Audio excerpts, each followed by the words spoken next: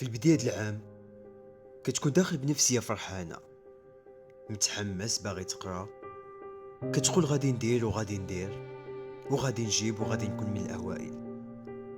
كتبذل في الأول مجهود، لكن مع مرور الوقت التحفيز كيقل، الهضرة كتكتر، انت ما قادرش، راه الامتحان صعيب، تخدمو في التالي ما غطفروش، اش كاع داروا اللي فاتوك، اصلا انت غير مكلخ، النفسية كتدمر، الامتحان كيولي كابوس، ديك الفكرة المرعبة اللي كتكرهك في حياتك كتخليك تحطم وتلاشى، وفي الأخير كيغلبك الخوف وكتنهار وكتستسلم للواقع.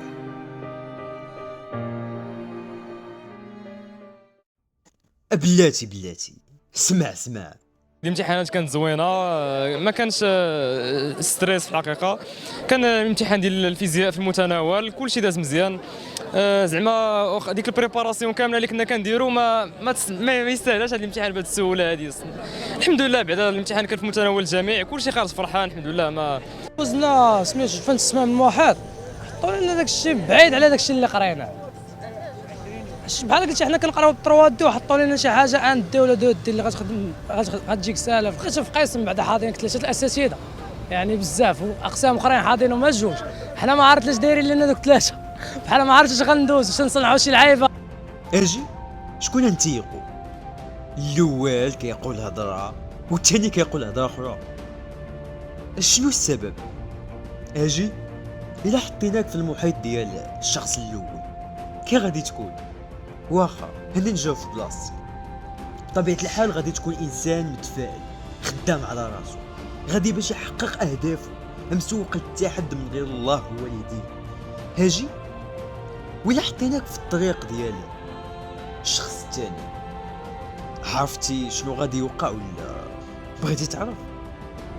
اول حاجه غادي تكثر الهضره، نوضه صاحبي نخرجوا، ما عندك ما دير بشي قرايه، انت غير تحجب صاحبي وندوزو، من نيتك ابن عمي باغي تكون ملوني بلا ما تحلم، غادي تراجع اللور ومع المده غادي تدبل وغادي تسد على راسك في واحد المزبله اللي عامره بالسلبيه، اللي سلبت منك طموحاتك، احلامك، ثقتك براسك، شكون انت اصلك ومنين جيتي.